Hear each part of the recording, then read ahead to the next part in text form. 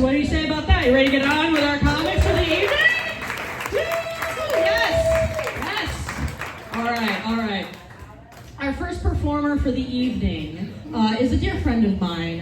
He has come out where I live, which is not here, many a time, and regaled us with his tales of living in Flint, which is not that different from living in Ypsilanti where I live. So we're just like, but he has very funny stories. Even though he might call himself white trash, I wouldn't. I certainly wouldn't see it. He says it. It's fine. No, he's a great guy, wonderful guy. He's performed all over the place, from dive bars to golf courses to comedy clubs, all kinds of really cool places, and you are gonna love him. So let's everybody give it up for the wonderful, the talented Chris Reed.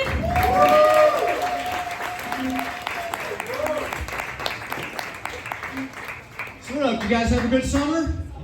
Yeah, cool, man. Me too. Honestly, though, I'm just glad the 4th of July is behind us. I mean, I like the holiday, but I hate the fireworks. They're too loud. They scare the hell out of my dog. Yeah, he runs off and hides under the bed, and I'm sitting here like, great. Now who's gonna lick this peanut butter off my nipples? Kills the whole vibe. And I don't understand this obsession with Chris Hemsworth. The Marvel actor. I mean, he's decent looking, but he is not all that. I was actually thinking about him the other day while I was masturbating. I had a Thorgasm. Which makes sense, because in my fantasy, my ass was getting hammered. It was marvelous. Hey, did y'all hear about that biker that got hit by that turkey? Yeah, dude was flying down the road, man, doing like 80, right? And the turkey just nailed him. Knocked him right off his bike. Yeah, he survived, but he broke just about every bone in his body. Yeah, then afterwards everybody's talking about how sad it was, and I'm like, dude, he's not the only one that got hurt. I pulled like 4 muscles in my back. Do you know how hard it is to throw a 40-pound turkey? It ain't easy. So I should probably tell you all a little bit about myself. My name is Chris, and I identify as trisexual. I try to be sexual. Unfortunately, my wife is a dry-sexual. Kind of hard for me to get into that, if you know what I mean. Us trisexuals, we actually have our own flag. Just a bunch of frowny faces with some blue balls in the middle. See what else about me. I'm 53 with bad vision. I used to get excited about large breasts. Now I get excited about large font. Not quite the same. I used to bite my fingernails. Yeah, my dad put a stop to that though. He said, boy, next time I catch you biting them fingers, I'm gonna stick them in dog shit. He did too, and it worked. I haven't bitten him since then. I did feel bad for the dog though. He cried the whole time my hand was up his ass. Probably should have taken off my class ring first. So I'm actually a substitute teacher. That's my day job. I know, right? They'll hire fucking anybody. I don't like my day job, but I do try to be positive though. Like every morning when I go to work, before I walk into the building, I always stop and I say, it's gonna be a great day somewhere. It's a hard job, man. Last school I was at, behavior was terrible. The kids were out of control, but all the teachers walked around like this. Yeah, then I saw the principal. He was like, even the lunch ladies were like, and I thought, now that's what I like to see right there. School spirit, Like, things might not be perfect, but we're still number one. Made me proud to be there. Then later on in the classroom, a little boy held up 3 fingers. I said, what does that mean, young man? He said, well, 3 fingers means you need to use the bathroom, 2 fingers is for a drink, and 1 finger means you're having a mental breakdown. Then it all made sense. Most of the kids I work with are pretty cool, but they can say some weird stuff. Like I had this little girl come up to me, she was like, Mr. Reed, is the Empire State Building the most important building? I said, no, it's not. She's like, well then what is the most important building? I said, well that all depends. Like during times of war, the most important building is the Pentagon.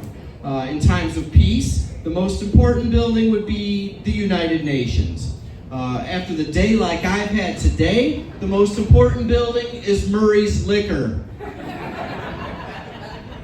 She was only 6, but I wasn't going to bullshit her. I can't even afford to buy liquor anymore, man. Prices are through the roof, right? And even when something's on sale, the sales are just stupid.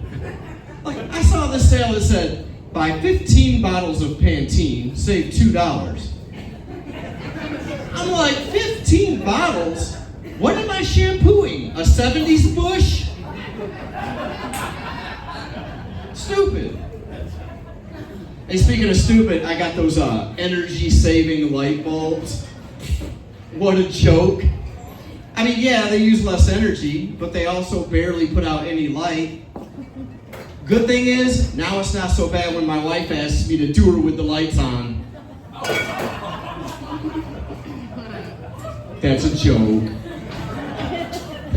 My wife's a beautiful woman. And not only is she beautiful, but she's funny. And she's got a quick wit. Like yesterday, she rolled her eyes at me. I said, you know, eye rolling is a microaggression. She said, so is your penis. She's not wrong. So y'all might have noticed I have a slight limp. I was out getting my wife some flowers and I twisted my ankle, tripped over a tombstone when I was leaving the cemetery. It's worth it though, I got her some roses. Shout out to the Thompsons. Whoever they are. Saved me some cash. Now, I had to get my wife some flowers though, because I made her mad at me the other day. Yeah, we were at a family dinner and I told her she had a booger. Like right in front of everyone. And she got embarrassed. So afterwards, we decided to come up with some code words to use in case that happened again. Yeah, so we decided that if one of us has a booger in the nose, then we'll say, we got a homie in the crib. Right? But sometimes the homie leaves the crib. So if you got a booger on the lip, then we'll say, there's a homie on the porch. Worst thing though is when the homie leaves the porch. Yeah, we were at a party. My wife looked at me, she was like, OMG, homie in the yard. I repeat, homie in the yard. Man, I went in the bathroom and looked in the mirror. I had a homie smashed into my beard. Yeah, how does that even happen?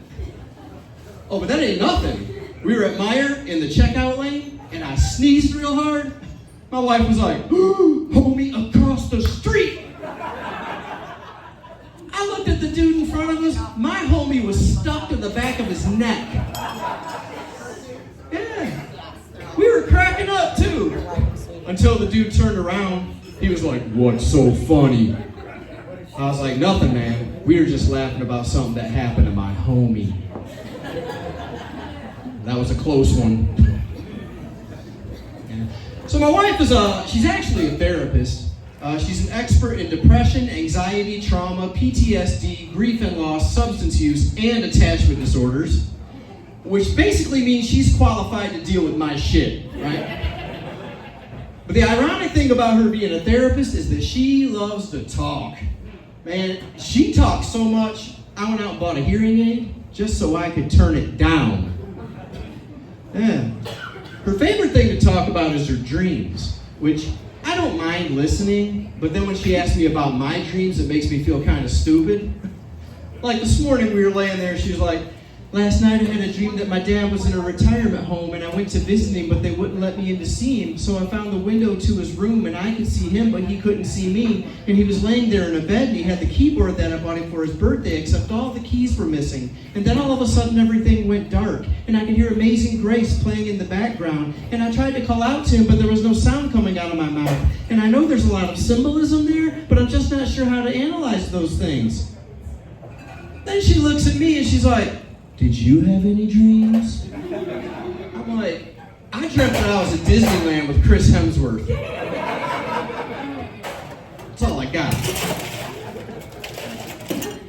Being married is a trip though, man. Like last night I went to the bathroom to brush my teeth and my wife was in there taking a shower.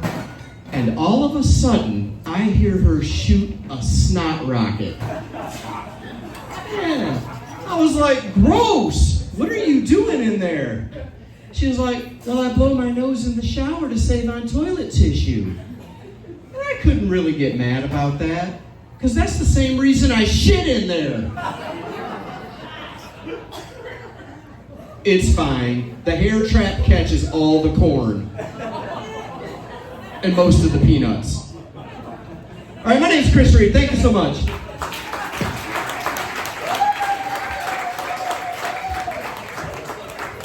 One more time for Chris Reed! So, like, we're totally gonna go to Disney World with Chris Hemsworth, right?